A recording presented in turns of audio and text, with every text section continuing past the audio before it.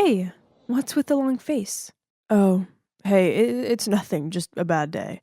You know you can tell me everything, right? I'm your best friend, so I know when something is up with you. Spit it out.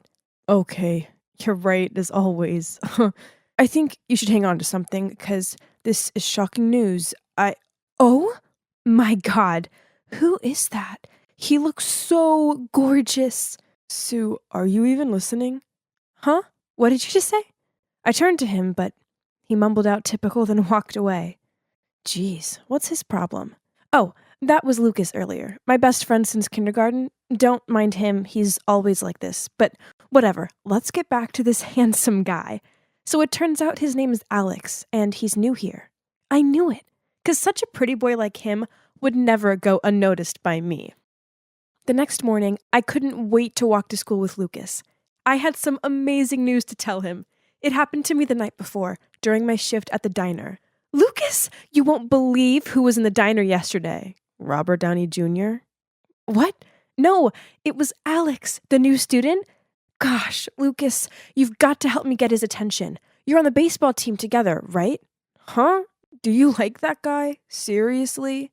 Duh. I mean, look at him. He's like Timothy Chalamet's twin brother. So will you help me? Please? Ugh, fine. I did hear him say he likes girls on roller skates. I have an idea. The next time he comes to the diner, serve him on skates. It's a sure way to impress him. Oh, yes, that's a great idea. I hugged Lucas to thank him. So the next time Alex came into the diner, I took out my roller skates and was ready to serve him his spaghetti. I'm kinda a novice on skates, so I slowly slid over to him. So far, so good, until I didn't see that somebody had spilled their milkshake all over the floor. And yes, of course, I slipped. Oh no! I quickly covered my head to avoid the spaghetti plate, but, huh? The plate had fallen on the floor, but where was the spaghetti? I looked around. Oh, snap! I found it! It landed on Alex's head. It was so humiliating.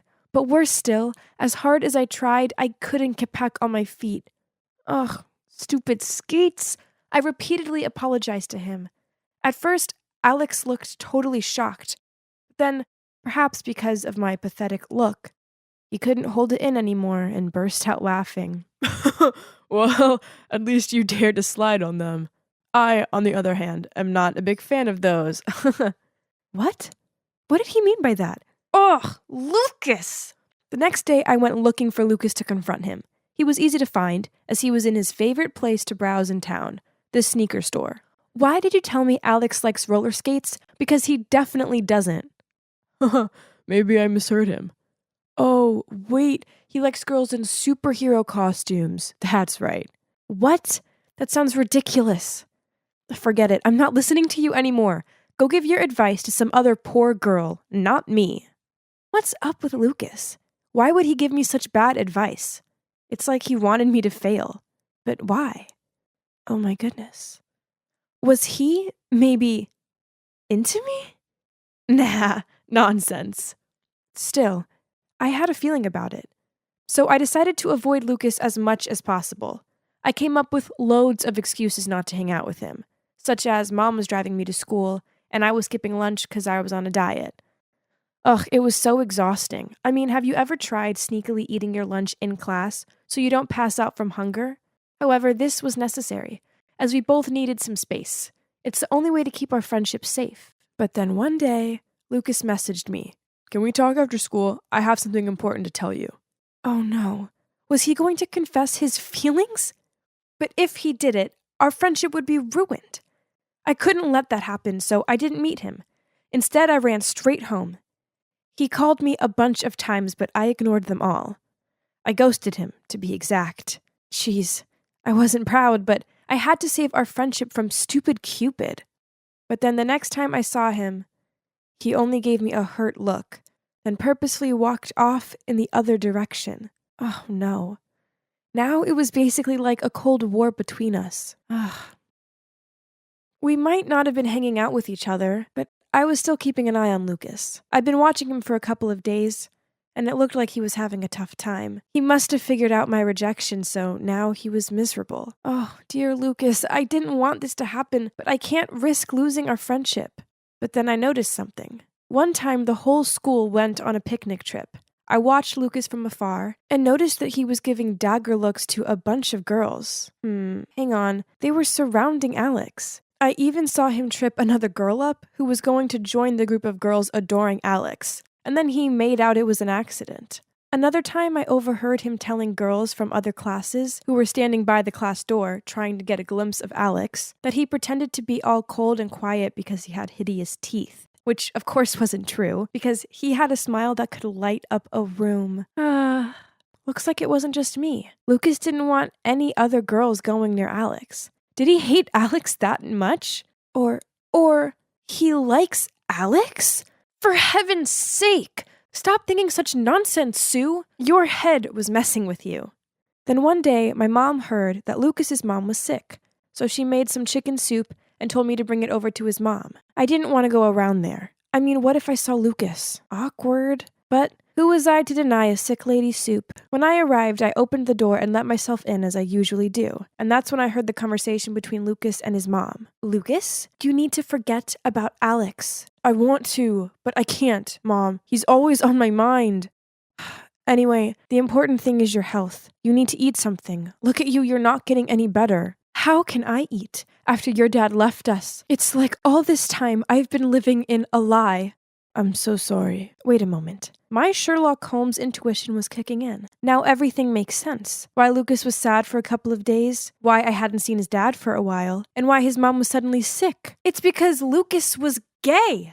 His father probably didn't take it so well, so he left, which was really devastating for Lucas's mom. But I'm his best friend. Why didn't he tell me? Man, he hid it really well. But not only that, he also tried to sabotage me when he knew I had a crush on Alex. Well, it turns out we weren't best friends like I thought. But no, I couldn't just ignore this. I needed to talk to Lucas to clear things up. The next day, Lucas had baseball practice, so I went to find him at the field, but he wasn't there. I asked some of his teammates, but nobody knew where he was. Where could he have gone? And that's when I saw Lucas with Alex behind the bleachers. Well. Look at them. All lovey-dovey. They talked for a bit, then each of them walked away in a different direction. I watched them from a distance with my arms folded. That traitor! I was so ready to yell in Lucas's face. And that's when our eyes met. He was startled when he saw me, like he'd just been busted. Well, it was technically the correct word to describe the situation. Sue, what are you doing here? Why do you look so flustered? Come on, I know about your relationship between you and Alex, so you don't need to hide it anymore. How did you know about it? I heard you and your mom talking about it, but I don't understand. How could you do this to me? You knew that I liked Alex. I know, but I couldn't explain. I was so ashamed. You should have talked to me first, but instead you stole Alex from me. Best friends don't do that to each other. Hold on a minute. What did you just say? I stole Alex from you? What do you mean? Ugh, come on. Just stop with all this hiding and lying. I know you two are together. What? Why was he overreacting like this? Was what I just said not true? Well, turns out it wasn't. I was totally wrong. Just one thing was for sure. My detective intuition sucked. And that's when Lucas told me the truth. Lucas and Alex weren't in love. Lucas even hated Alex because he's Lucas's half-brother. Oh my. It's like I got lost in a telenovela or something. When my mom was pregnant with me, my dad got drunk and made a big mistake with a colleague of his. She fell pregnant with Alex, but my dad didn't know about it. Then, a month ago, Alex's mom was diagnosed with a serious illness. She didn't want him to end up alone if she couldn't make it. So she showed up in Dad's life again and messed everything up. Oh my God. So that's why Lucas's mom all of a sudden got so skinny and sick. And Lucas's dad didn't leave them. No, it's because his mom kicked his dad out of the house. I wanted to tell you in the canteen the other day, but you were too starry-eyed over Alex to listen. This made me mad, so I tried everything to prevent you from getting close to him. My family's broken because of him, so I don't want my best friend to fall for someone like that. Ugh, it turns out I'm a really bad friend. My best friend had problems at home, and I didn't even know it. No, because I was busy daydreaming about a guy I barely knew. I apologized to Lucas, and promised that I would pay more attention to him. And then we hugged. On the plus side, at least none of my crazy theories were true. So it turns out it was all just one big misunderstanding. The Cold War between us ended, and our friendship remains as amazing as ever. I also managed to convince Lucas and Alex to give each other a chance. After all, they're half-brothers, and what happened between their parents wasn't their fault. Besides, Alex's mom is seriously ill, so he needs Lucas more than ever. It's great hanging out with them both and seeing them laughing and joking about. Peace at last. The three of us have become pretty great friends.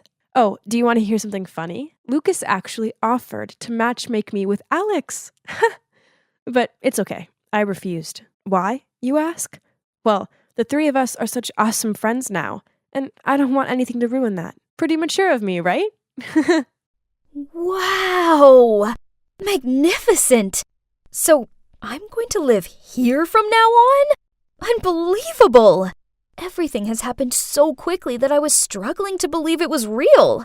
Yesterday afternoon, when I was helping out in my family's diner, suddenly a film crew rushed in and claimed that they were from the reality TV program Long Lost Love, which reunites lost family members. While I stood there confused, they announced to me that I was the lost child of the famous director Gabriel Perez. What? Did that mean my parents adopted me? Through tears, my parents told me that 13 years ago, in a bustling, crowded fair, they saw me wandering around aimlessly, so they brought me home. And even though they reported it to the cops, there were no leads, so they decided to adopt me. And so begins my life as a young lady of a rich family. As you'd expect with the home of a famous director, my father's mansion was impeccable. From the designer furniture to the stylish decor, the whole house was like a French-style castle. I peered at the huge photo of my grand-looking parents. Suddenly, there was a whisper. "The master must be very happy, you know. His second wife couldn't give him a child after all these years. Yes. Now that he's older, he had to search for his biological child to lean on." Oh, so this woman, the woman who came with Dad to the reunion yesterday, wasn't my biological mother? In that case, I wonder who's my real mom. "Miss, come in, please." Inside were my parents and some specialists who then immediately pulled me in for a complete makeover. Whoa, I looked really gorgeous. My hair was so glossy, and this makeup made me look so glamorous. Never in my wildest dreams did I ever think I would end up living here and feeling like a princess. Beaming with happiness, I turned to look at my dad. But suddenly, I was startled to meet eyes with the maid. She looked so gloomy. Why did she keep staring at me with a poker face? That was odd. "Carol, let's move along." Strange. But never mind. Maybe she's always like that when she's seeing strangers. OMG. Dinner was so luxurious, including caviar and steak. This was so exciting. That night, I couldn't sleep and just rolled around in bed until dawn. But little did I know what an exhausting day was waiting for me ahead. 5 a.m. sharp, I was shaken awake.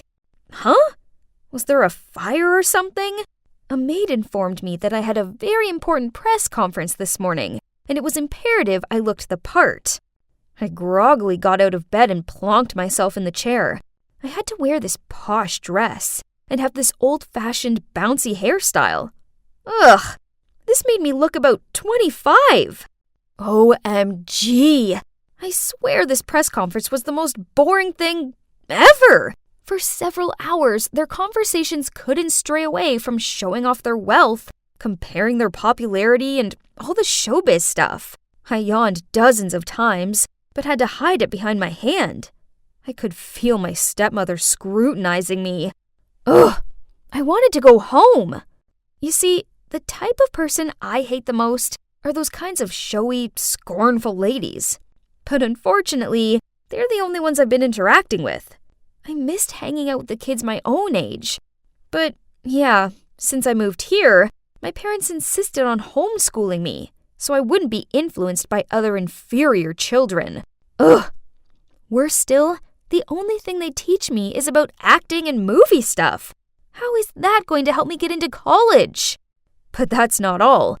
After studying, despite being tired, my stepmother forced me to spend a further 2 hours working out in the home gym. Every time I gasped for breath or snuck a snack, she would give me a novel-long lecture. The worst part is she banned anything sweet and made me stick to this strict diet full of celery and hummus. Gross! Then one time I slipped and fell off the exercise bike and twisted my ankle. My stepmother was so furious with me that she made me go to bed without my dinner. I couldn't take it anymore, so I hobbled into my father's room. "Dad, why do I have to do these things? I don't like it." Dad said nothing, but just quietly signaled for me to follow him. He led me to a locked room at the end of the hallway. When the door opened, I saw a portrait of a very beautiful woman hanging in the middle of the room. Hang on a minute. My new hair and clothes were identical to hers. Dad stared at the portrait with dreamy eyes. Then he said that this woman used to be a very famous actress. He told me how they fell in love. Then she gave birth to me. So that means this is my mother? That's right. Your mother is very beautiful, isn't she? And I'll make you perfect, just like her. Then Dad waved me out of there, locked the door, and went away, leaving me standing alone shaking. There was something about his words that unsettled me. Curious about Mum, I went to an old maid to ask for more information. It turned out that in the past, my dad was my mom's manager, and thanks to her popularity, he made a lot of money. Mom was the muse for Dad's movies and also the love of his life. But unfortunately, because of a serious illness, she passed away. That was a huge trauma for Dad, and he seemed to lose himself. Ever since then, his head's been in the clouds, and he doesn't always make a lot of sense. Is that true? No wonder sometimes I found Dad's words creepy. "It's time for your yoga lesson. And why exactly are you talking to her? Now that you're rich, show some dignity. Don't liaise with the staff." "You're not my mom. You can't control me. How dare you? I'm only showing you kindness because your father asked me to. A silly little girl like you means nothing to me." "You're so mean. It's no surprise why. You know, my mother is 100 times prettier than you. That's why Dad wants to make me like her." You! Sooner or later, you'll end up like my poor daughter. Just enjoy the calm before the storm." Huh? What did she say? What daughter? Didn't people say she had no children? Then, a few days later, as I was walking down the hallway, feeling exhausted because my current diet plan only included 2 apples a day, I heard the maids whispering to each other. "Look, she won't be able to hold out. It won't last long. Her looks are fading. It's not long now. Then she'll end up like the previous one." "What previous one?" I went over to ask, but on seeing me, they immediately made up some excuses to flee the scene. Suddenly, someone leaned into my ear and said, "Try not to lose your looks, or else." Huh? I turned and saw that it was that strange maid, Carol. As I watched her walk off, I wondered what she meant by that. Obviously, she doesn't like me, but why? Honestly, there are so many confusing things about this family. Everything is so far from normal, it may as well be on its own planet. They're hiding something from me. I just need to figure out what. One day, while Dad and Patricia went away for an event, I snuck into their bedroom and looked around for the key to the secret room. Result! It was hidden in an old jewelry box. And whoa! This place was full of photos and DVDs and stuff. I found an album labeled Happy Family, and there were so many photos of Dad and Patricia with a pretty little baby girl. There was one photo of that baby girl turned 10. Written on the back of it was 12/15/2014. Happy birthday, our pretty sweetheart. Stay beautiful, Carol. Carol? The birth year. Green eyes. Could it be? That's it. The baby girl was Carol, the maid.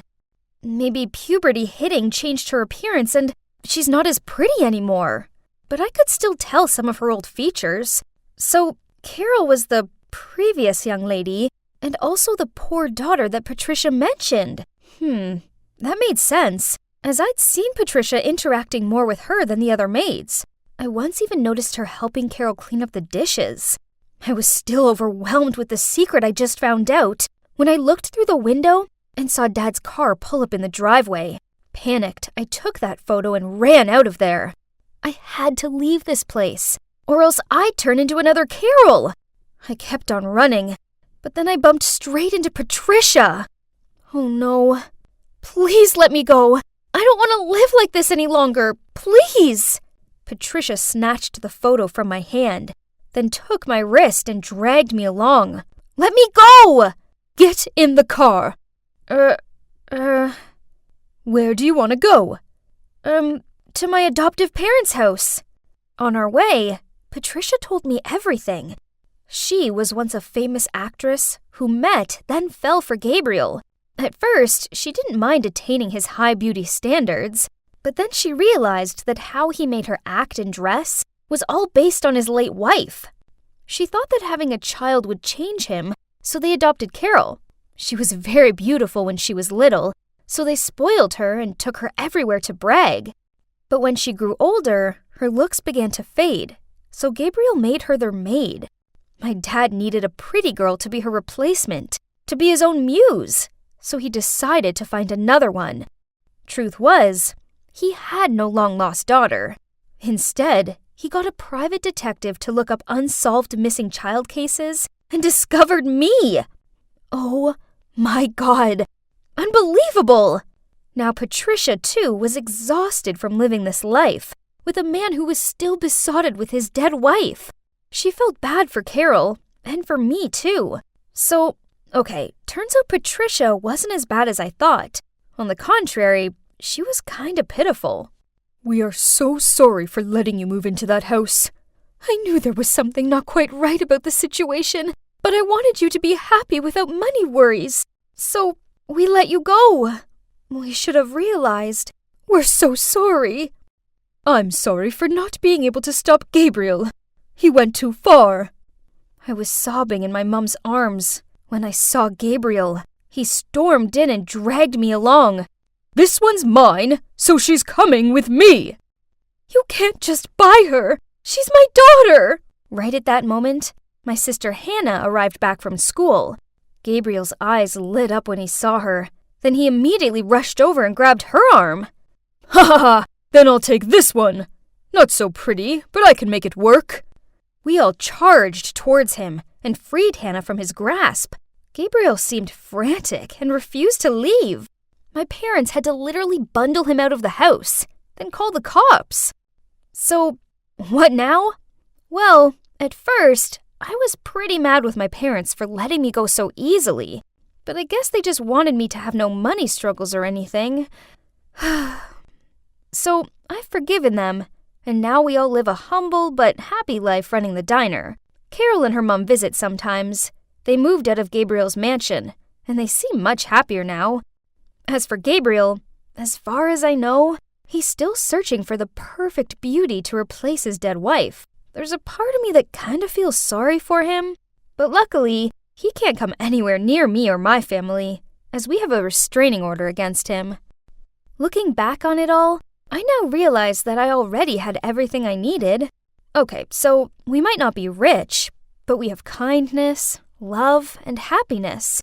And trust me, those things are way more important than bags full of money.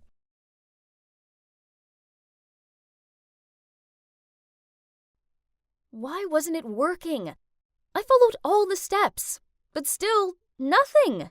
At that moment, my best friend Harry walked towards me and asked with a confused look, "Hey, what you doing?" Hey, Harry. I'm just working on this plan to become popular, but it isn't going so well. I changed my style and posted more on social media, but I'm still not cool. You're probably wondering why I was desperately wanting to be popular, right? Well, it's all because of my annoying hiccups. Last year, I was on stage performing the play Our Town when I suddenly started to hiccup, constantly. I couldn't stop, and the whole audience started to laugh at me. In the end, they had to replace me with my understudy. Not only was it the most humiliating moment of my life, but I've also been teased about it ever since. This year, I wanted to become popular. Then everyone would forget about the hiccuping incident. If only becoming popular was easy. Hey, you could help me. No way! Your plan is crazy! At that moment, the new student, Amanda, passed by, surrounded by a bunch of other students. Why is this girl so popular? I mean, she's only been here a week. You don't know? She's Dustin's sister. He's already the most popular guy in school. So being his sister makes her popular too. Duh. That's it, Harry. The fastest way for me to climb the popularity ladder is to date Dustin. At first, Harry seemed confused by this, but then he suddenly agreed to help me. With one condition, of course, that after I succeeded in becoming Dustin's girlfriend, I had to introduce Amanda to him. I knew it! He had a crush on her. Every guy in the school does. Fine, I'll help him, as I need Harry in this anyway. He plays a crucial role in my plan, and you'll soon figure out why. After school, I was waiting in a corner at the parking lot when Harry walked towards me, followed by Dustin. I heard you're giving tutor lessons? Yeah, that's right. I don't take money. I just need... What do you need? I need you to pretend to be my boyfriend. Dustin burst out laughing, but then when he saw our serious looks, he stopped. You two are crazy, but I do need to pass math, so... Okay. However, my grades have to improve within 2 weeks. Then we have a deal. Deal? I grinned. Within 2 weeks? That's so easy. What a catch. You must be wondering how we managed to pull that off. Well, Harry's on Dustin's soccer team and overheard the coach tell him if he didn't improve his math grade, he'd be kicked off the team. Basically, we used Dustin's weakness to get the deal. I know I had no chance with him by using my lousy flirting skills, so it's time to use my greatest strength, my brain. Pretty smart, huh? I started to tutor Dustin. Then after 2 weeks, he shot up 2 grades. And that's when he held up his end of the deal and pretended to be my boyfriend. The next day, Dustin and I held hands and walked into school. And just as I expected, everybody was gawping at us. I even heard them whisper about me, "Is that the hiccup girl with Dustin?" And, "Whoa, since when were those two a thing?" Ha! And that's not all. Wherever I went, people would follow me. And in every class, everyone wanted to sit next to me. Finally, I was popular, and I loved it. I just finished tutoring Dustin at his house and was about to head home when his mom appeared and invited me to stay for dinner. Awkward, but I didn't want to be rude, so I said yes. Besides, this was a great opportunity to talk to Amanda. I was sitting next to Dustin at the dinner table when Amanda walked in and gave me a dirty look. What is she doing here? Amanda, manners! Okay, had I upset her somehow? After we finished eating, I helped Amanda clean up. I pulled some homemade chocolate cookies out of my bag and gave my friendliest smile as I said, my friend Harry, he likes you. I was wondering if... Without letting me finish my sentence, Amanda interrupted me. Sorry, let me stop you right there. First, I don't eat cookies. Gross. Second, I assume you're asking me if I want to go out with your friend, right? No, because he's a loser just like you. It's embarrassing enough that Dustin is dating you. Then she walked off, leaving me standing there dumbfounded. Oh my God, couldn't believe what I just heard. How could a person be so rude? Ugh. The next day at school, I wanted to tell Harry to give up on Amanda, but as soon as I caught sight of him, he ran towards me, hugged me and said, "Emily, you're a matchmaking genius! Thank you!" Huh? What do you mean by that? Amanda just asked me if I wanted to come to her party this weekend. Isn't that great? Yay! What on earth was going on? But Harry looked so happy that I just couldn't tell him the truth. One thing's for sure, there's something sus about Amanda. Of course, I was going to that party too, 'cause I was Dustin's girlfriend, remember? Wow, we were actually at a cool kids party. Our first time ever. This was awesome. Harry even got a bit emotional. What a baby. Dustin and I teamed up to play beer pong, and it was so much fun, and unexpectedly, we won! We were so excited, and both of us cheered with joy and hugged each other without thinking. Oops, didn't see that coming. But what happened next was even crazier. Everybody started to cheer, kiss, kiss, kiss. Oh boy, they couldn't be serious, right? I just laughed it off and hoped everyone would stop. But no, they just kept cheering on. Suddenly, Dustin grabbed my face and kissed me right on the lips. I didn't push him away. Oh no, instead, I closed my eyes and got carried away. I even lifted up one leg. Oh, and FYI, that was my first kiss. After that, we both turned bright red and avoided eye contact. Ugh, my whole body felt hot like I was having a fever or something. Anyway, the party was everything I dreamed of and more. The next day, Harry and I arrived at school in a super good mood. But suddenly, we saw a bunch of students gathering around someone. We squished through the crowd and saw Amanda crying. Turns out, somebody from the party had stolen 2 of her mom's Fabergé eggs. Then, one of Amanda's friends suggested checking all backpacks and lockers of everyone who went to the party last night. But the chances are low. The culprit must have been able to hide all the evidence by now. Still, we should try everything we can, right? I couldn't bear seeing Amanda crying her eyes out like this. Then he gently patted her shoulder. Hey, that was smooth. Way to go, Harry. And so, we checked a few people's belongings and still nothing was found. Then it was Harry's turn. He opened the locker and, oh my God, one of the Fabergé eggs was in there. But how? He would never do such a thing. I opened my locker and what? There was the other one! What on earth was going on? Suddenly, Amanda started shouting at us. I knew it was you two! Hey everybody, Emily over here manipulated Dustin by using his weaknesses, his love of soccer and his dislike for math. Then she forced him to pretend to be her boyfriend just so she could be cool. Everybody started glaring at me like I was the villain, but I wasn't. There was a misunderstanding. I looked over to Dustin for help, but he just avoided my gaze, then walked off. I didn't know what to do, so I just stood there in shock until Harry dragged me off with him. Well, after that, I was more popular than ever. I was now known as the girl who took advantage of a guy to get popular and then stole from him. Worse, Amanda wouldn't listen to me. Harry and I were clearly framed. I wish I could go back to my normal life before I made that stupid deal with Dustin. Oh, but then that kiss wouldn't have happened. Oh boy, might I have fallen for Dustin? Then suddenly I got a text from Amanda. It was a clip from the recent party with the message, "You're nothing to Dustin." Why are you dating this loser? Wasn't she the girl who hiccuped during the play? I will use her until the end of this semester. Oh my, I couldn't believe he said that. I knew he didn't like me in the way I liked him, but did he have to be so mean? The clip automatically replayed again. Ugh, watching this one time was bad enough.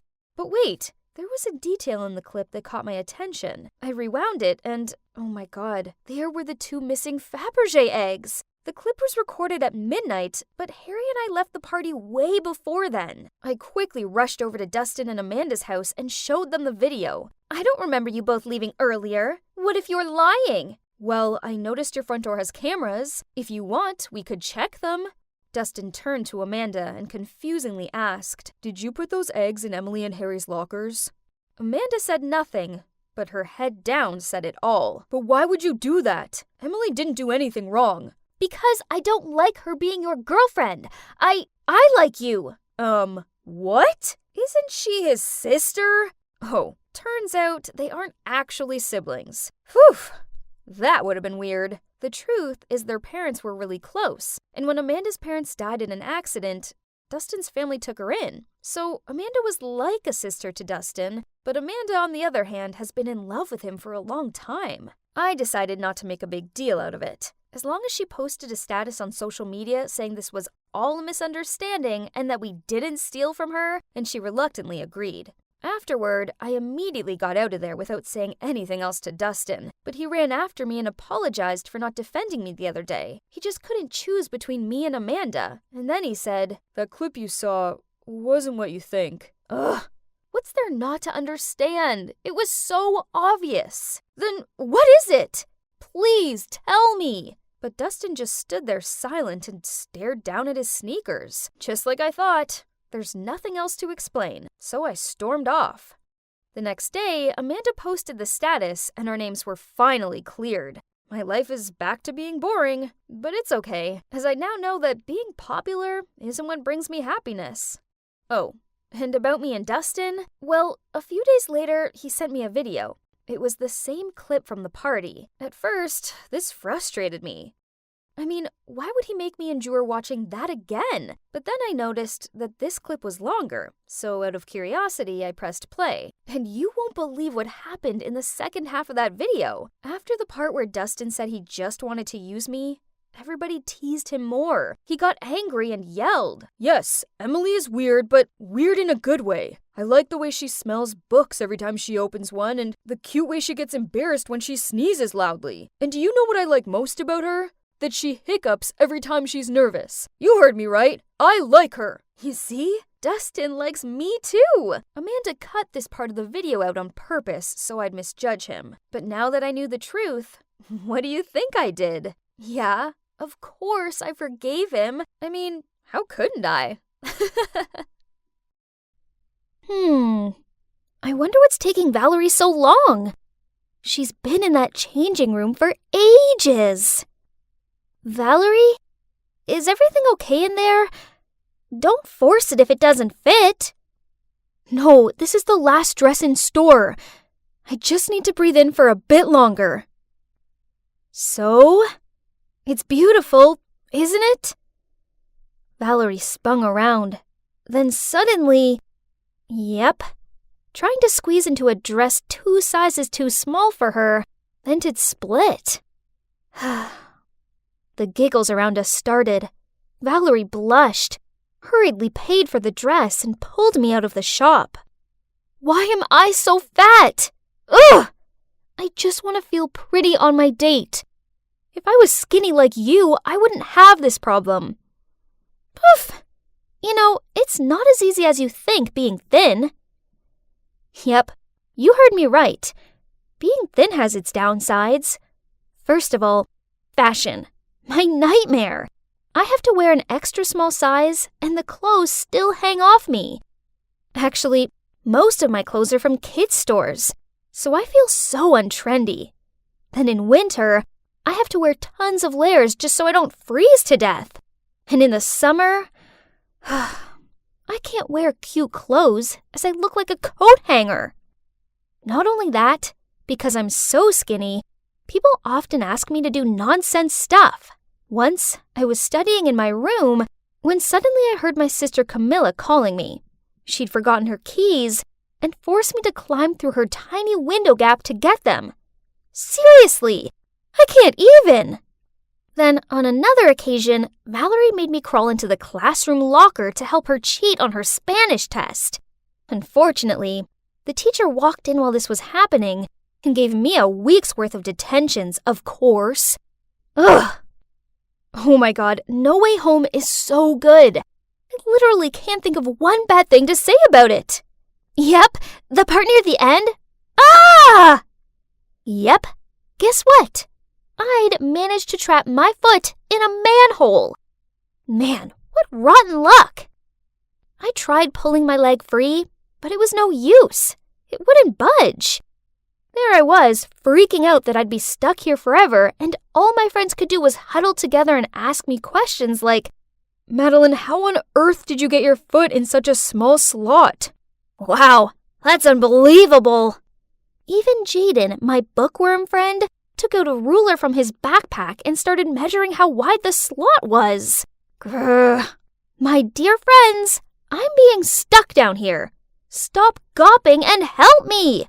Finally, they tried helping me out, but in the end, we had to call the rescue squad.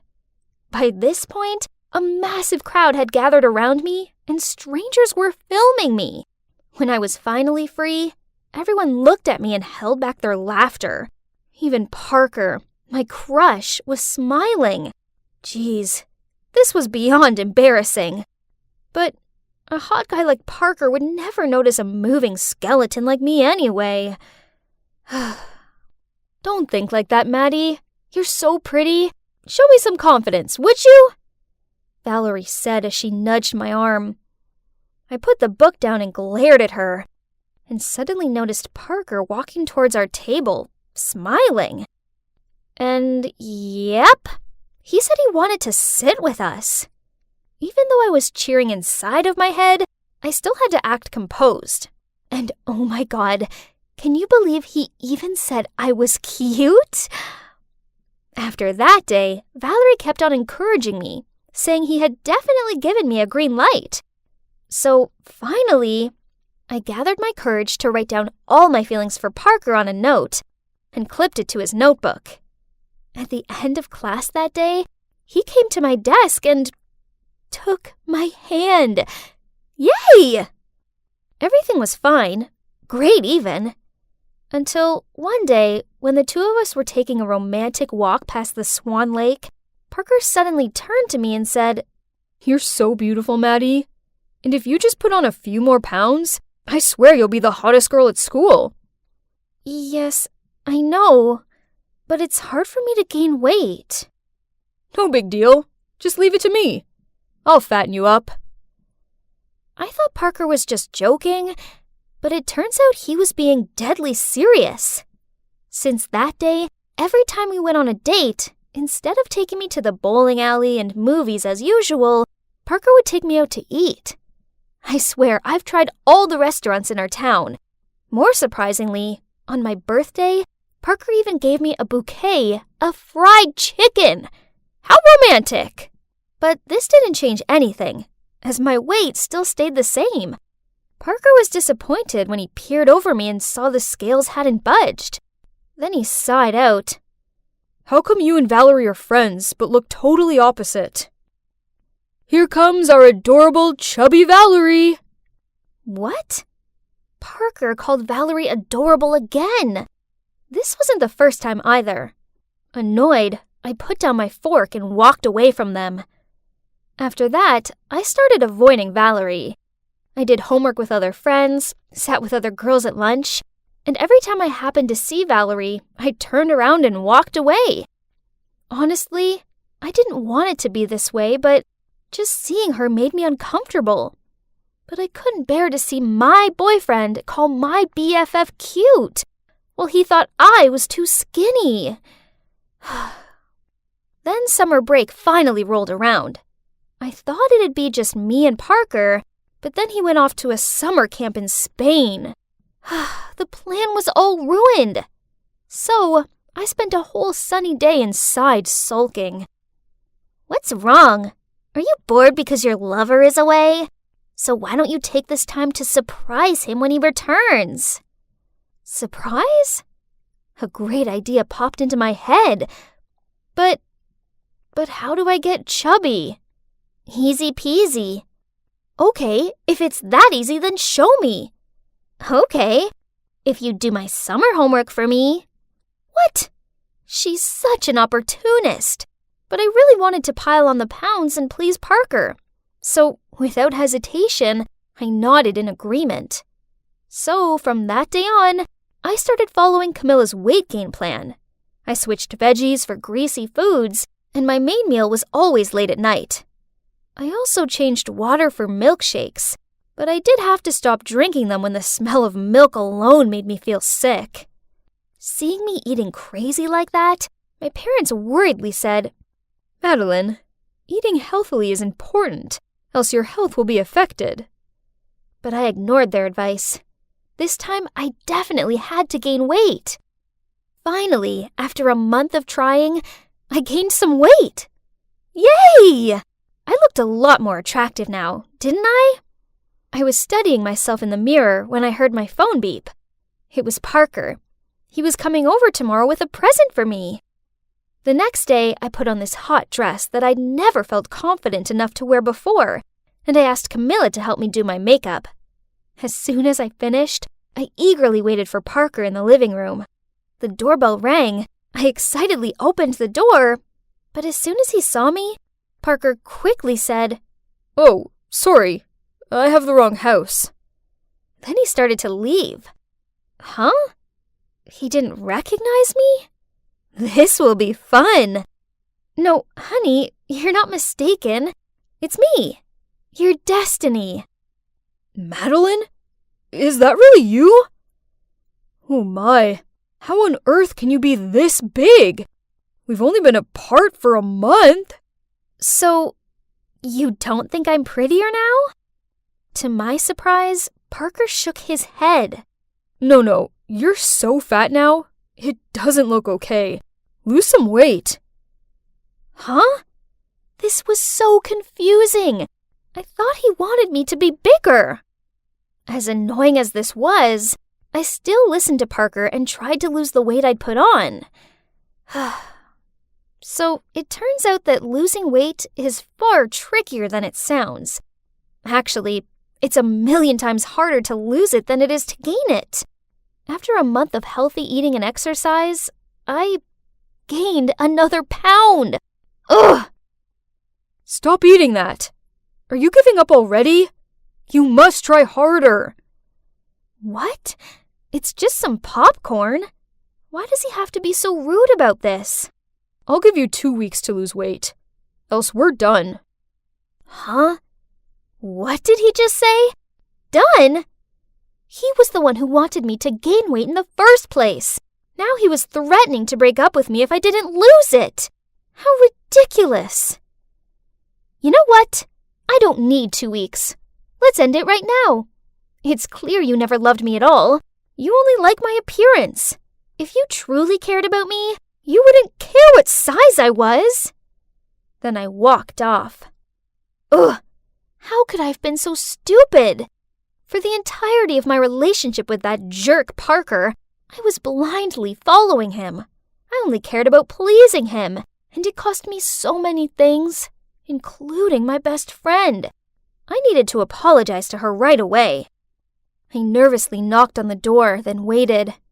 Finally, Valerie opened it, but on seeing me, she went to shut it. I'm so sorry. Just let me explain, please. Valerie, I'm so sorry. It was all because I was afraid Parker would leave me for you.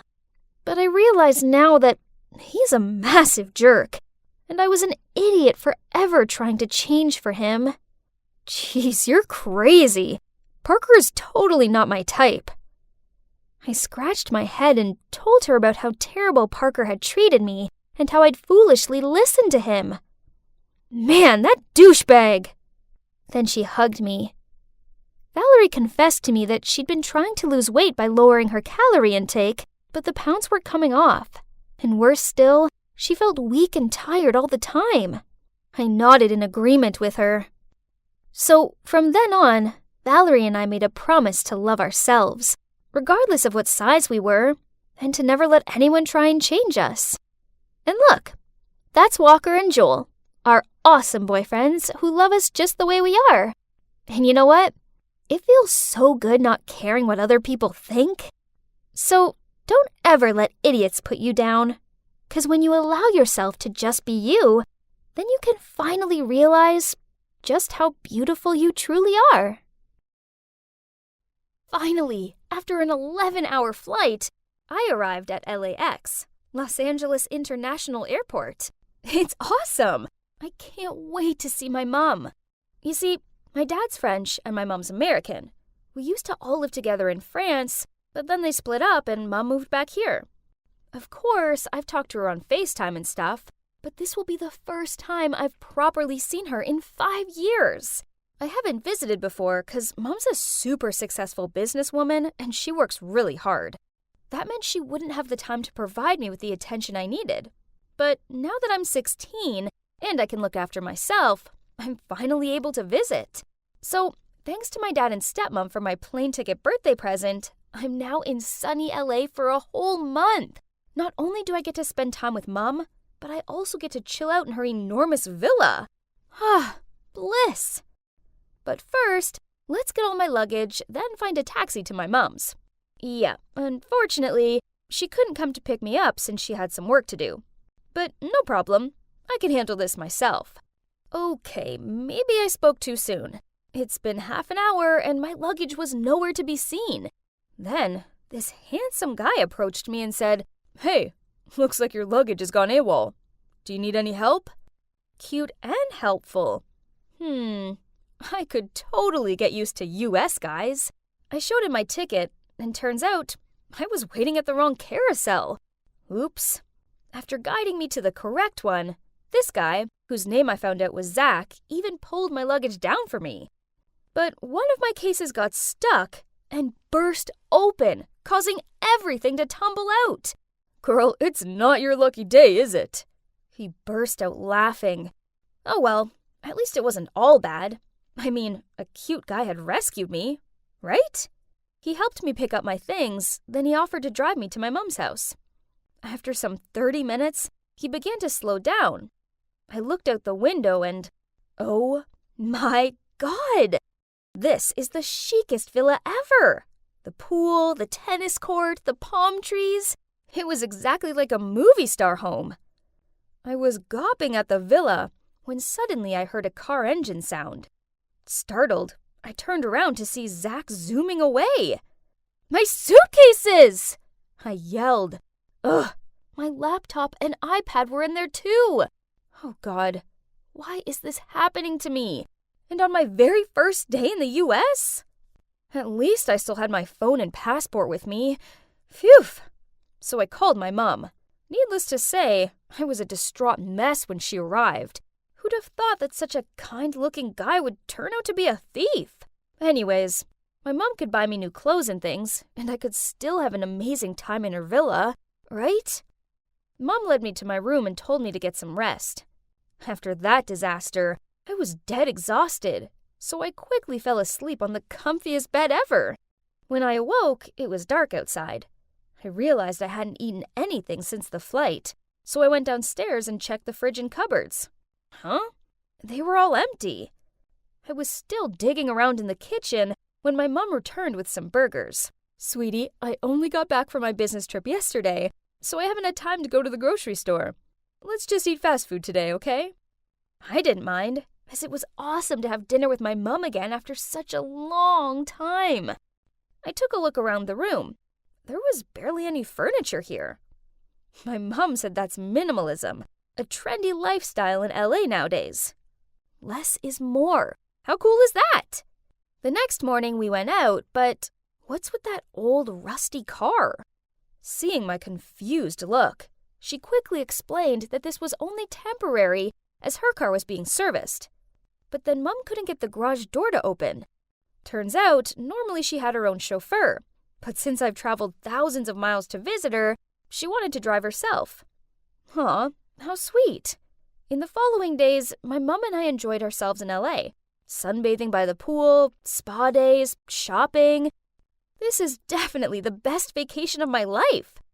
At least until that morning, I was awoken by a loud quarrel. Looking down from the stairs, I saw Mom in the living room with a strange woman. She was pointing at the couch. Geez, that's where I spilled soy sauce yesterday while eating sushi. Then Mom appeared and sounded flustered. She told me to quickly pack my things as we were leaving. Mom, is there something wrong? Oh, nothing, sweetie. It's just that the couch is dirty, so let's just get someone in to clean the entire villa. Wow, Mom would deep clean the whole house just because of a soy sauce stain? How rich is she? So, where will we stay this time? A luxurious 5-star hotel? Or a magnificent mansion in Beverly Hills? But then the car came to a stop in front of some shabby apartment building. Huh? This couldn't be right. Mom told me this was her friend's spare apartment, so we would stay here a few days for convenience. Elena, it's probably best if you stay away from the people in this area. They don't have the same lifestyle as us.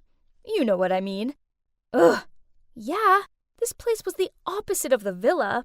Cramped room, hard bed, and the bathroom didn't even have a bathtub. Since moving here, Mom didn't take me out anymore. In the evenings, she dressed up all elegantly and went out to her fancy work meetings. On one such evening, I was sitting alone watching YouTube, munching on French fries for the 5th time this week, when there was a knock on the door. I opened it, and standing there was a scruffy guy, claiming to be Frankie, the landlord's son. I told him there must be a mistake, as we were only here for a few days. Then I went to close the door, but he blocked it with his foot. Miss Anita has rented this apartment for 2 years. What do you mean a few days? I just saw her take a cab at the front door. Don't lie to me. No, my mom is a successful businesswoman who has a villa in Brentwood Park. Then you must have mistaken your mom for someone else. In short, remind your businesswoman mom to pay the rent. Then he sneered and walked away. How dare he say that? And why did I keep on running into jerks? Ugh! When Mom returned, I told her what had happened. I thought she'd find it funny or something, but nope. Instead, she got really mad. You shouldn't have opened the door to him. I told you not to socialize with the people here. Okay, hearing made-up lies about yourself like that must suck, but did she have to be so furious about it?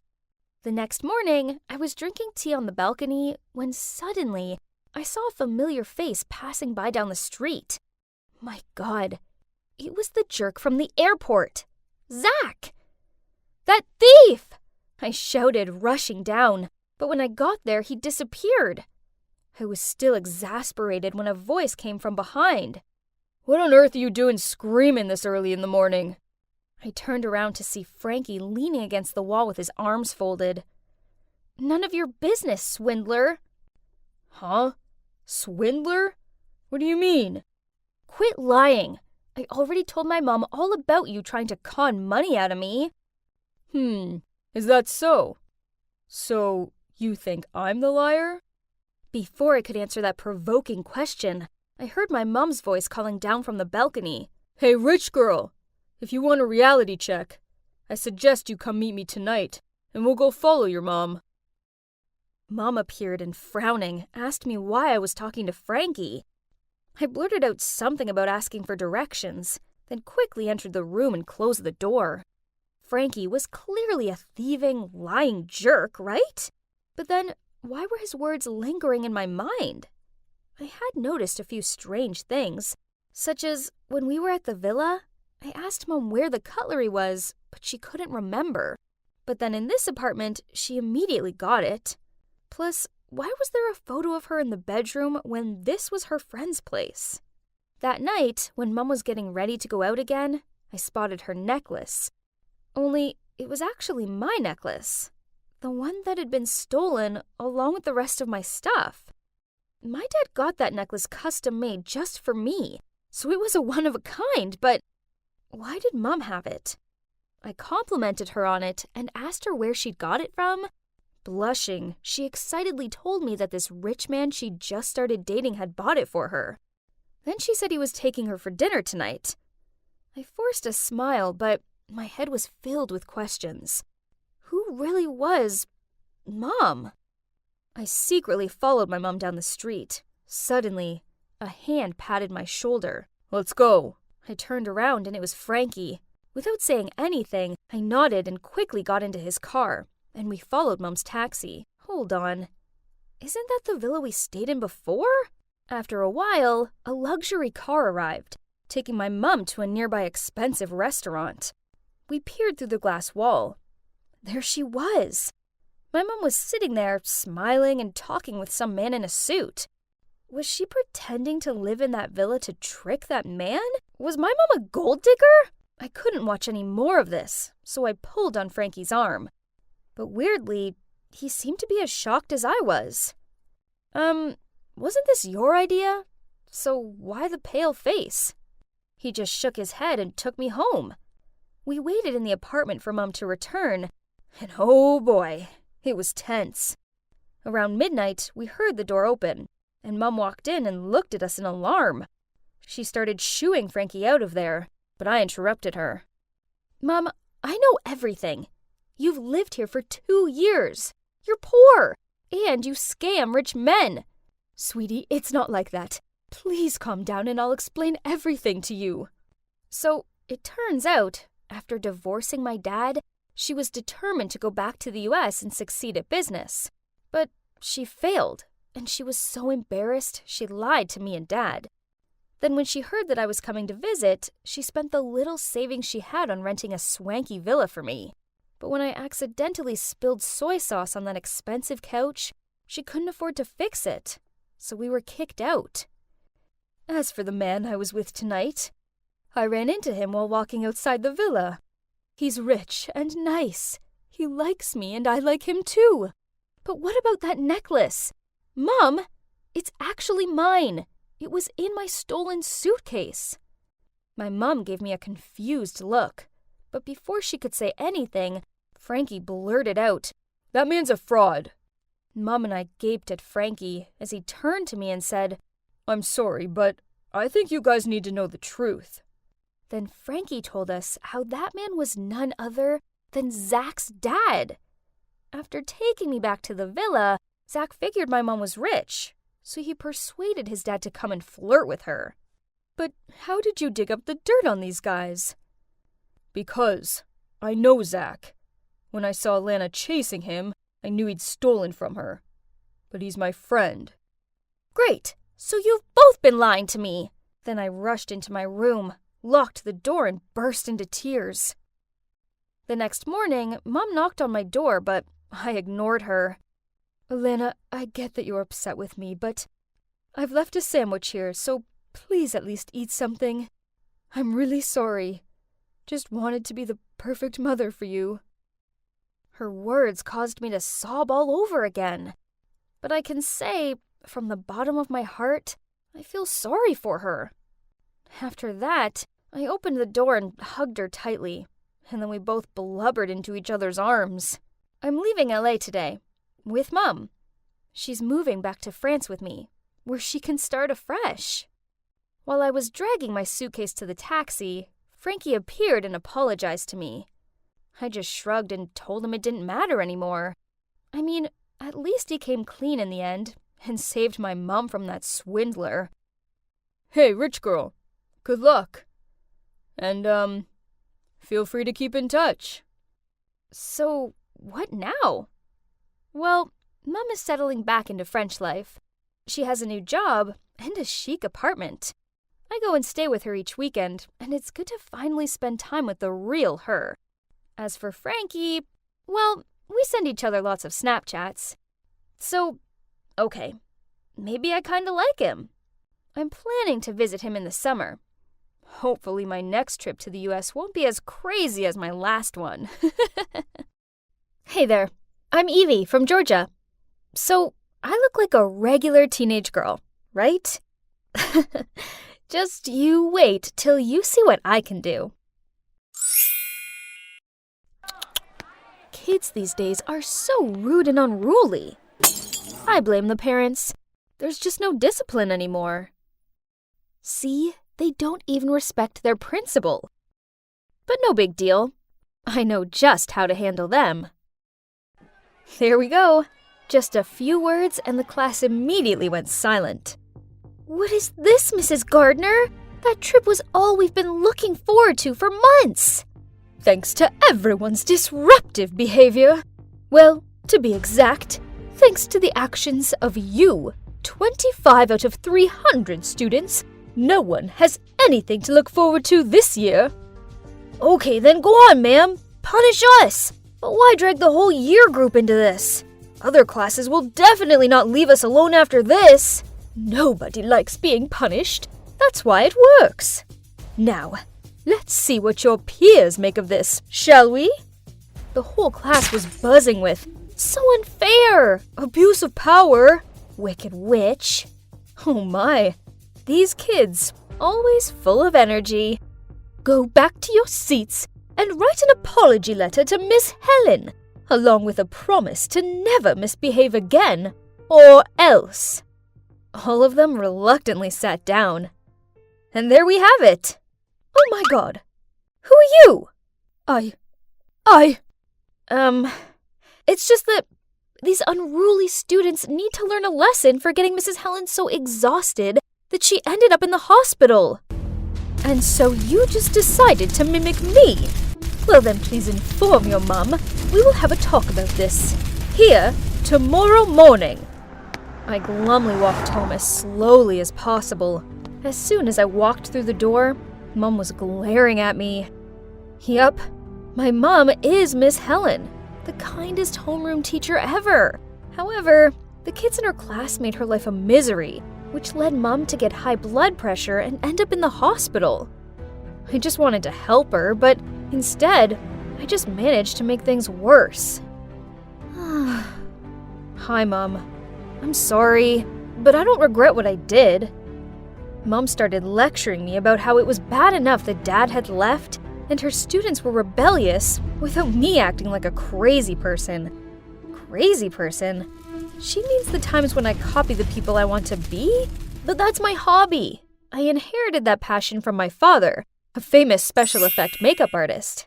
The feeling whenever I successfully transform into someone else is awesome. And it also helps me feel connected to my dad, even though I haven't seen him in a long time. It all started when I was 13, and Dad helped me dress up as my fave idol for the school festival. Dad taught me how to analyze the character and practice the disguise.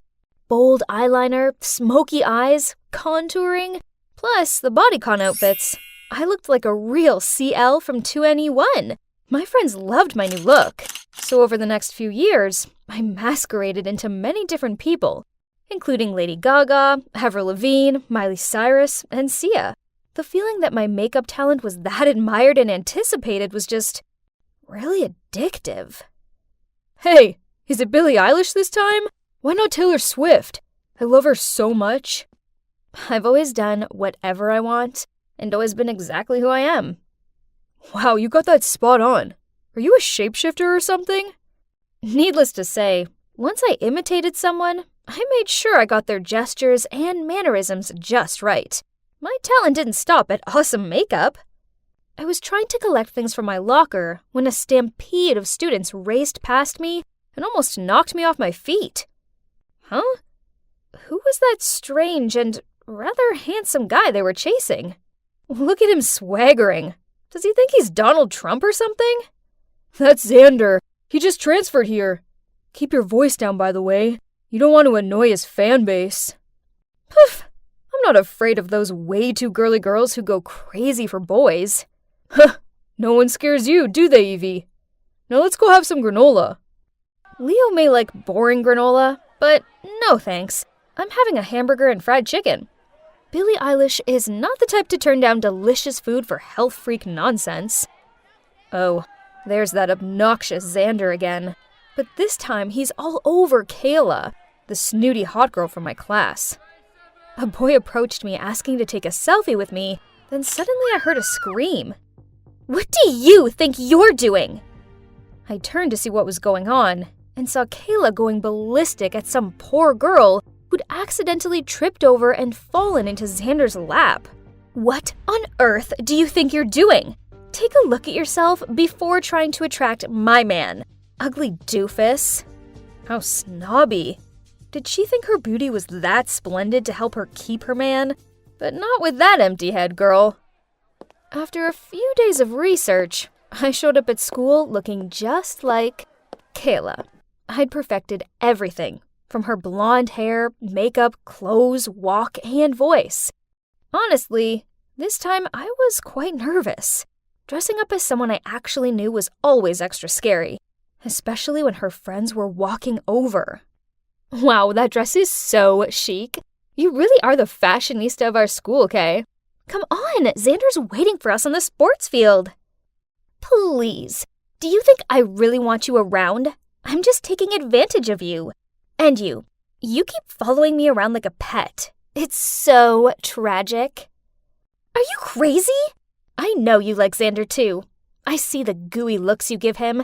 When I'm done with him, I'll consider giving him to you. I walked away leaving the girls freaking out. But I didn't say anything different from what Kayla thought though, right? If only she would be so frank with her friends. Now let's get to the main target. thinking about him gave me goosebumps. I'm busy, bae. Go hang with your friends for now. He was playing Call of Duty on his phone. I was here to break up with him, but hang on a minute. This guy had skill. I want to have a go. Since when did you know how to play this game? He looked kind of touched that I was showing an interest. Okay, I'll wait until after this, and then we will split up. I looked for Leo, but he didn't even recognize me. Poor him. He'd been searching for Billie Eilish since morning. While Leo was complaining, he helped me quickly remove my makeup so I could go back to looking like me before anyone guessed what I'd just done. From that day onwards, Kayla's friends cut her off, so she could only cling to Xander. And from my point of view, he seemed to be tired of this clingy girl. Now even her look made him sick, huh? The time has come. I put makeup on as Kayla again and found him. I want this bag. Don't try to trick me with a fake one. Okay, as you wish. I want you to give up COD. That way you can only stay by my side. Okay, I'll follow you all day. I want to throw a party and invite the whole school. Your task is to get everyone to gather around me like they used to. If you can't do that, we'll break up. Deal. But I see everyone likes you. Right, Evie? Holy mother! Did he recognize me already? But since when? I have to acknowledge your talent. If only you hadn't shown me your charm, you wouldn't have been exposed. Well, Kayla looks like a picture, but a dull one compared to you. You have such a good eye. However, you're no different from her. Miss Helen is your mom, right? Don't be surprised. I'm a better observer than you think. Just like you. I know that Kayla was the instigator of the disturbance in the class that sent your mom to the hospital. I already apologized to your mom for Kayla's behavior. And if you want to know why I did that, it's because I have a big crush on you. Oh my god. I didn't expect things to turn out this way. But, okay. Taking it as a slap in the face for Kayla on behalf of my mom, I still agreed to date him. The next day, I showed up again at school as Ariana Grande, simply because I wanted to. But this time, I also played another role, Xander's girlfriend. As usual, every time I dressed up as a new character, all eyes were on me. But this time, it was more epic when I walked side by side with the hottest guy in school. When Leo saw that I was with Xander, he rolled his eyes at me, then walked off. Then Kayla walked around the corner, saw us together, and started shouting at me. How dare you steal my man? You're just some pathetic wannabe. Xander took my arm and yelled at her. Evie's creative, sweet, and really funny. I want to be with her. I like her. Kayla's face dropped. Then she pointed her finger in front of him. How could you do this to me? I will get you back for this. Then she huffed off. Xander looked at me and asked if I was okay. Then he invited everyone to a party at his house that night to celebrate the fact that I was now his girlfriend. Was he serious? But whatever. It would be rude to say no, right? So that evening, I went to his party. To my surprise, Kayla was already there, so I flirted with Xander to annoy her further. Then suddenly, Xander leaned in close to my face, which made my whole body feel hot. What was happening? He was going to kiss me? But then he whispered in my ear, You haven't told me how you feel about me yet. You were looking forward to this answer, weren't you? But before I could reply, Leo appeared out of nowhere, grabbed my hand, and dragged me out of there. Ugh! What on earth are you doing? I'm the one who should be asking you that question. What on earth were you going to say? That I have feelings for you too? This whole thing is a setup between Xander and Kayla to humiliate you. Lucky for you, I arrived just in time to overhear Kayla talking to her friends about this dirty plan. Are you done talking? Do you really think I'd fall into their trap that easily? I already know their dirty tricks, and I was about to tell everyone what jerks they are. But then you showed up and ruined my plan. I don't care how clever and perfect your plan is. How long are you going to continue this tiring game of dispute? They think just because they're both hot that they can treat everyone else like they're puppets. Well, I've had enough. Evie, you're better than this. I don't like this revenge-seeking version of you. Can you please just stop it and go back to normal? Leo walked away in a huff and left me out here alone in the street. I stormed home and took off my makeup. Why was Leo so mad at me? I did nothing wrong. The gentle Leo I knew never had gotten mad or even went against my will, and was always the most enthusiastic supporter every time I imitated someone. What had gotten into him? I called him continuously, but Leo turned off the phone. Ugh. I felt so alone, it was horrible. Then I heard a knock on my door. Mom peered her head around it. Seeing me upset, she came over and cuddled me. It felt good having her comfort me, so I ended up blurting out everything to her. It sounds like Leo was just worried about you. But as for Xander and Kayla, they're not worth your time or effort. Don't become someone you're not just to get revenge on people who don't deserve you. But suddenly, I heard rustling outside of my bedroom window. Then Leo poked his head through it. If you're not tired, then keep copying. You keep following me around like a pet. Go live your own real life. Mom and I both laughed along with him. Then I hugged Leo and told him I was sorry. It's true that pretending to be someone else is exhausting, and I must admit I was wrong to use Kayla's name to sabotage her relationships. Tomorrow, I'll find her and apologize, even though I don't want to, but I have to find a way to end this peacefully. Then, I can focus on just being me for a while, without any of the drama. I'd only just arrived at school, yet I could tell something was up. Dude, what's with all the fuss? Did Carl do something crazy again? Look at this. Jeez, gross. Sorry, wrong direction. This way. Here you go, Miss Stewart, the new principal of our school. In front of me was a stern-looking woman who exuded a terrifying aura. Ooh. Well, that was unexpected, as we all assumed that Mr. Smith would take the lead because he'd been serving as school vice principal for pretty much forever. Suddenly, everyone's phone vibrated. Why the stern face? She looks so angry at the world. Is she allergic to our skin? Every skirt is too short, lol. No dance party this year? Unbelievable. Is she a principal or a jailer? Warning you guys, she knows our secret smoking place. Jeez, look at all those faces pinned to their mobile phones. The gossip mongers. Over the next few days, rumors about our new principal seem to be everywhere. Info about her seemed more sought after than Imagine Dragons tickets. Also, from day one of the principal's arrival here, a series of bizarre stories began to circulate. One day I was walking into class and heard the most ridiculous story in the world. My school was haunted. Idiots. I quietly crept under the table, then suddenly poked my head up and shouted, "Boo!" which caused all my friends to jump in fear. Haha, losers. All that spook stuff is nonsense. You don't believe it, huh? Yet Stacy saw it. Oh no. Stacy? I didn't know they dragged my crush into all these silly gossip things. She's usually a smart girl. Not sure what had gotten into her. After that, Stacy lowered her voice and started talking passionately about her chance encounter with a silhouette that appeared in front of the principal's office. But worst of all, before she could get a closer look at it, it vanished. It was probably just the security guard. Nah, when I left, I still saw him dozing off in his room. He even checked the camera and saw Stacy just standing and saying hello, even though nobody was there. Creepy, right? Then the story went further, when someone claimed that the new principal was a witch and was bringing evil forces to the school. Oh my God, Stacy. I needed to pull her out of this mess of nonsense right now. But no matter what I said, she insisted. I saw it with my own eyes. What if she really is capable of dark magic? Oh, come on. We're not kids anymore, Stace. Evil forces, witches, demons, they aren't real.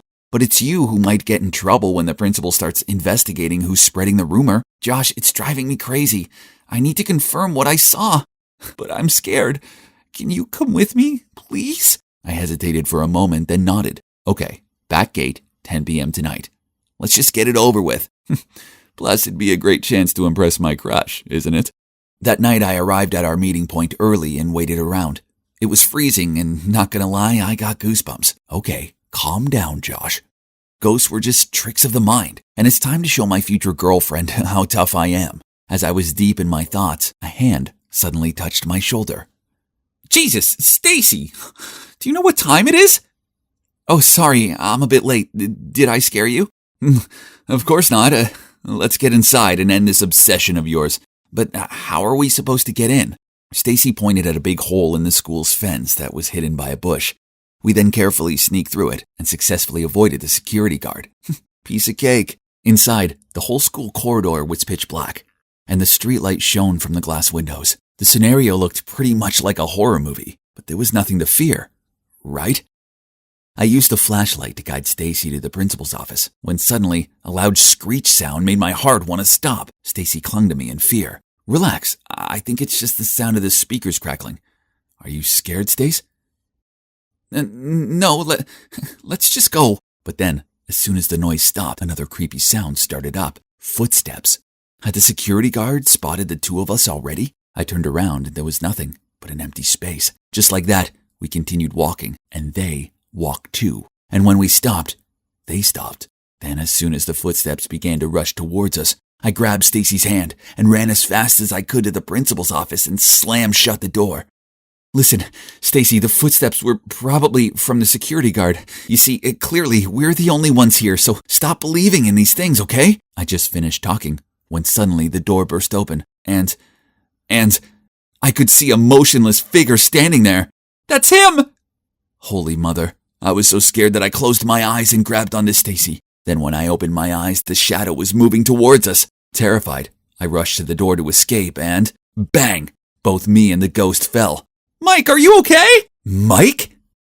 The three of us sat awkwardly on the sidewalk outside the school. I didn't need the chilly wind to make my heart feel frozen. As it turned out, Stacy already had a boyfriend, and that boyfriend was none other than Mike, my best friend. Ugh, so much for me wasting my time playing hero. And if you're wondering why Mike was here, the answer was to help Stacy put on this phantom play. That's right. Both the crackling and the footstep sounds were all made by him. Hang on, why did she make up this ghost story thing? Even prepared a whole play for me and the others to acknowledge it?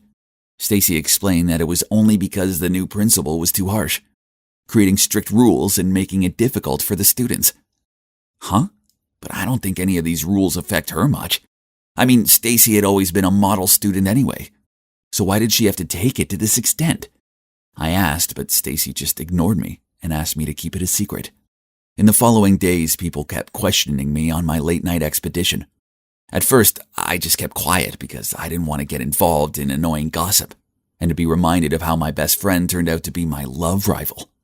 However, rumors about the haunted school spread quickly and reached the press. Fear swallowed the school. A few students even transferred to another one because they were so scared. Although I wasn't a fan of the new principal's strict rules, what Stacy did had gone too far. One day, I was about to find her to figure this out when I saw her walking alone down the exit stairs. Stacy, I know you're the principal's daughter and the admin of the spooky group chat that has been on the rise recently. What? Stacy's the principal's daughter? Unbelievable. And wasn't that person Mr. Smith, the vice principal? Perhaps we're after one same thing. Don't you want your mom to work elsewhere too? Right? But your method doesn't seem to be working so well. So what do you suggest? There is an easier way, that is, hand me your mother's seal. I will take care of this. That's too dangerous. How can I trust you? Now that we're on the same boat, you probably don't want your mother to know what you've done behind your back, do you? As soon as Mr. Smith left, I immediately ran to Stacy. No, you can't do that. You don't even know him personally. Be careful. But Stacy insisted on doing it on her own. She said that since her father passed away, she'd grown tired of her mother's rules. School was the only place she used to feel free. But now, that also been ruined for her. I can't live 24/7 under my mother's containment. Do you understand? Well, it's true that being a teacher's child must be stressful enough already. Not to mention being the child of a strict principal. That would surely be even more exhausting. But conspiring with Mr. Smith was a step too far, right? And what will be, will be. A few days later, a ton of messages regarding the principal faking test scores to improve the school's ranking broke out. And of course, she would be subject to disciplinary procedures and may have to quit her job forever for violating professional ethics. I looked over at Stacy. Her face darkened and suddenly she darted out of the classroom. I chased after her and looked everywhere for her, but she was nowhere to be found, until I heard a sobbing sound coming from the abandoned canteen. Thank goodness, there she was. Seeing me, Stacy burst into tears and poured her heart out. She could not have foreseen the consequences of her actions and naively let Mr. Smith take advantage of her and created all this. Stace, I think it's best to tell your mom the truth. There's still time to fix this, quick, before it's too late. She wiped her tears and gave me a hug, then agreed to go find her mom. Mom, I'm sorry. I started the rumors and I conspired with Mr. Smith to help ruin your career. I thought the principal was going to go ballistic, but then to my surprise, she came forward and pulled Stacy into her arms.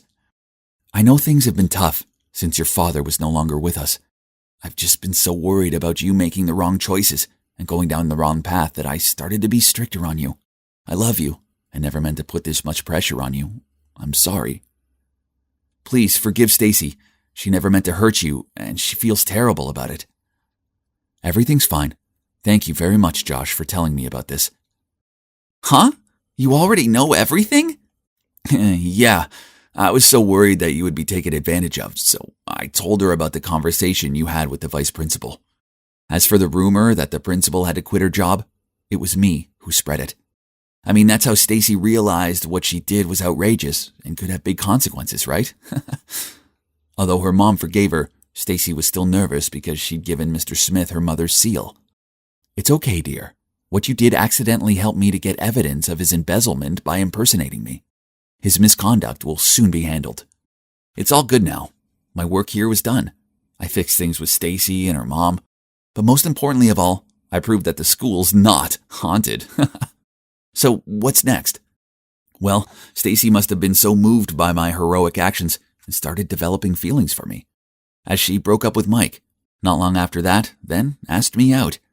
But he's my best friend, and there's no way I'm making him sad over a girl, so I turned her down. Besides, her mischievous side is kind of terrifying. Girls are dangerous. It took a lot of effort, but I finally got into the military school that I've always dreamed of. I'm now one step closer to being an actual soldier. Ah! Hey, midget, move it. You're blocking my way. What? How dare he? This rude guy deserved a lesson. Suddenly, a hand grabbed my fist. I looked up. Oh, it was some tough-looking guy with tanned skin and bright eyes.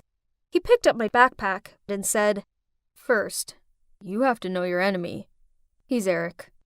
Before I could reply to this boy, he walked off. At that moment, the siren sounded, and I quickly got in line. Choose your groups. You have 1 minute. Looking around, I saw two guys looking as awkward as I did. So I shuffled over to them, and we became a group. Oh, but wait. Why did that guy who picked up my backpack team up with that obnoxious jerk Eric?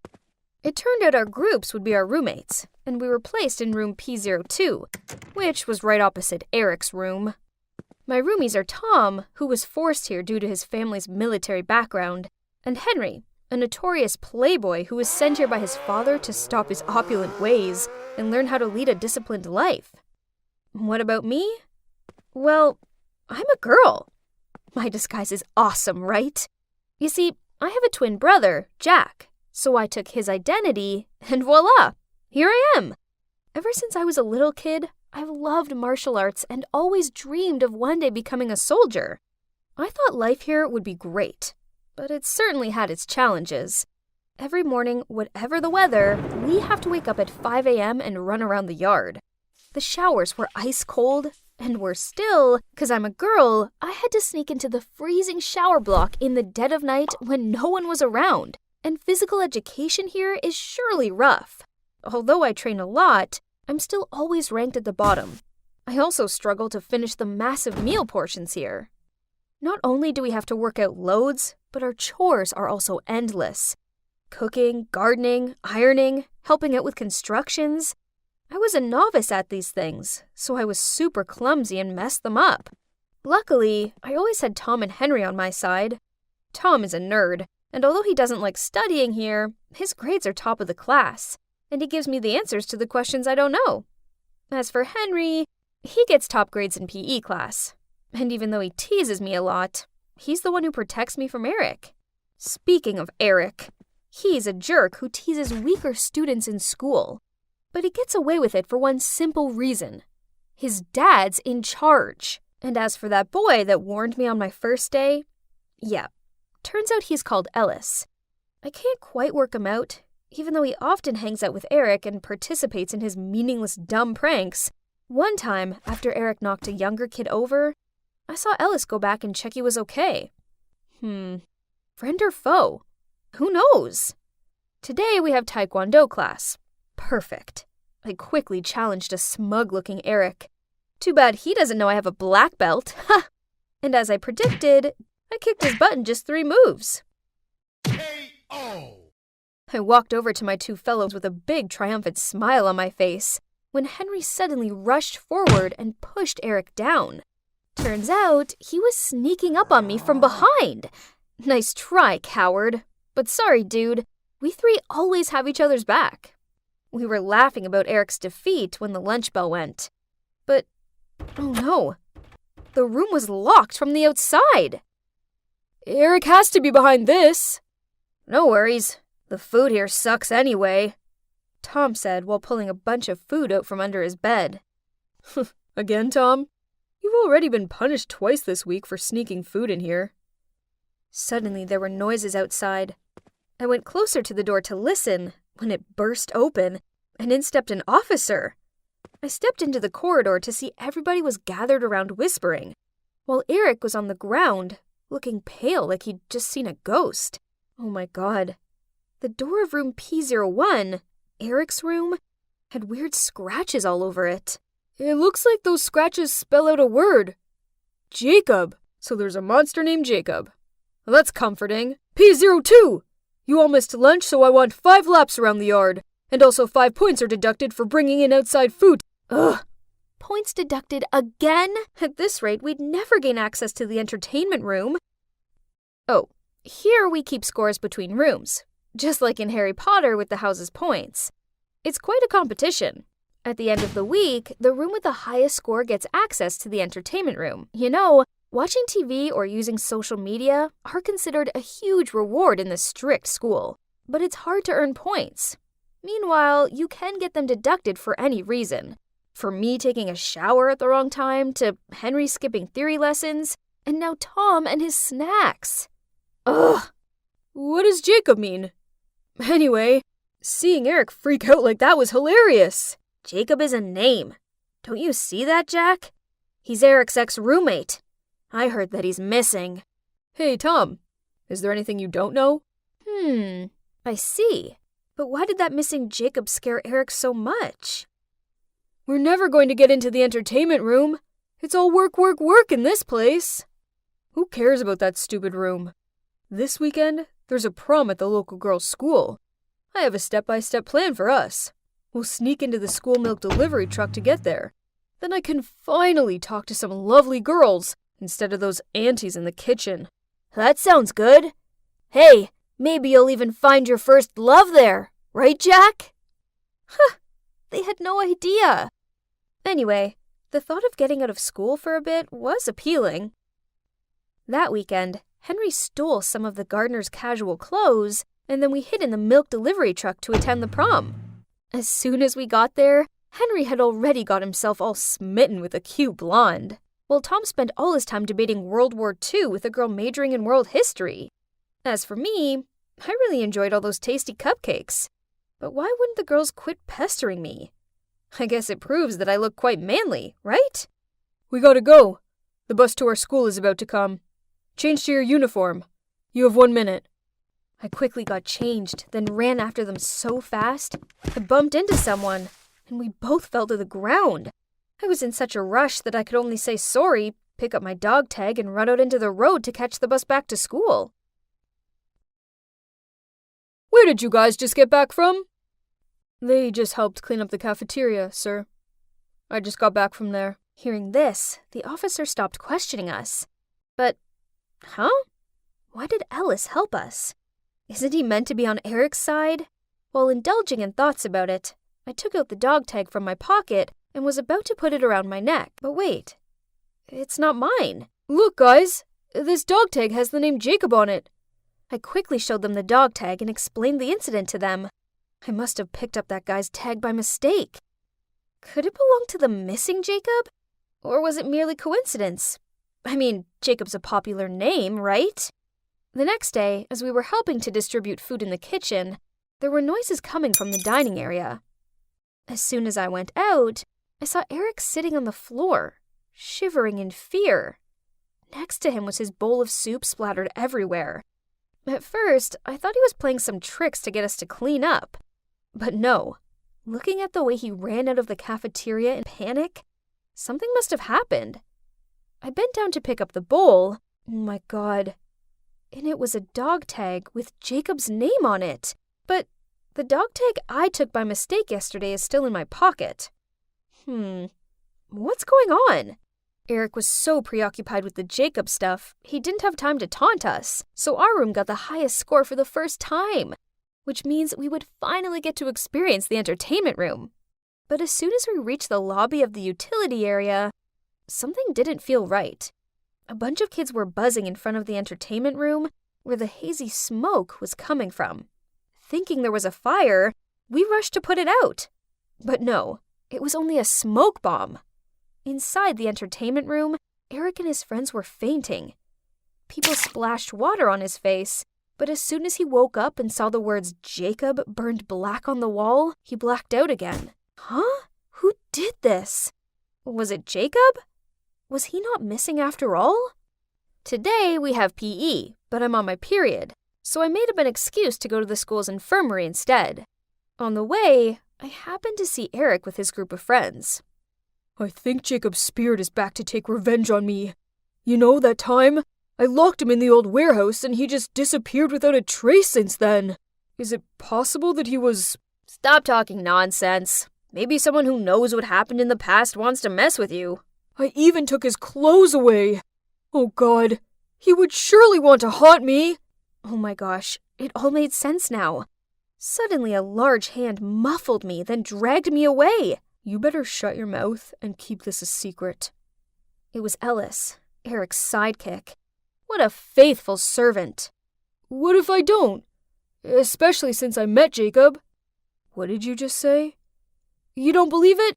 Here, I bumped into someone, and he dropped this dog tag. As for the one in Eric's soup bowl, I think it's just a fake. Ellis trembled as he took the tag from my hand and quickly left. Was he going to snitch on Eric or something? That night, while I was having dinner, Eric was back to jerk mode again, and he dumped his leftovers on my tray. The two sides clashed, and we all ended up with an hour's detention. The punishment sucked. They locked each of us in a tiny room containing one chair and left us to think about our wrongdoings for a whole hour. The next morning, the officer knocking on the door woke us up. Eric was missing, and we were the #1 suspects. This was ridiculous. What did his disappearance have to do with us? I told Henry and Tom about the other day when I overheard Eric and his friends. So Eric teased Jacob, so now he'd returned for vengeance? Feeling suspicious, we snuck into the school's abandoned warehouse. Yep, there was Eric all tied up and with a rag in his mouth. It's Jacob! His spirit has returned! He wants to harm me! Help me! Huh! Look at that arrogant Eric being all scaredy-cat. Call me Captain. No. Call me Farther. Then I'll let you go. Tom and Henry burst out laughing. But Eric just stammered and then everything started to go blurry. Then I must have blacked out. When the three of us groggily came round, we saw that the only thing left there of Eric's was his uniform. As soon as we got back to school, we heard from the others about how Eric had appeared in just his tighty-whitey. Everyone gloated to see the overbearing Eric lose his face. From now on, he wouldn't dare tease anyone again. But this was the exact same way Eric used to pick on Jacob. So, Jacob did this? Was he back? Actually, I already knew who was behind all this. You dropped this at the warehouse, right? Ellis looked at me surprised and asked how I knew. We actually snuck into the main office to find information about Jacob before we got to the warehouse. And as soon as I saw his picture, I knew right away there was some sort of close connection between Ellis and Jacob. Call it twin senses. It turns out that Jacob was Ellis's brother. During his time at this school, Eric made his life a misery. But everything was kept a secret because Eric's the principal's son. So, Ellis enrolled at this school to get answers. Ellis took the dog tag back and handed over a picture of me with my twin brother. And this must be yours. I picked it up on the first day of school when you dropped your backpack. You remember? Oh my God. Was this for real? I snatched the photo and quickly put it away when I saw an officer approaching. We should get to know each other better, right? Since we both know each other's secrets. Whatever. Anyway, I don't hate Ellis. And Eric deserved it, so it didn't matter who did that. I turned my head to look at Ellis. He smiled as if he was challenging me. Uh-oh. I had a feeling my life here was about to take a turbulent turn.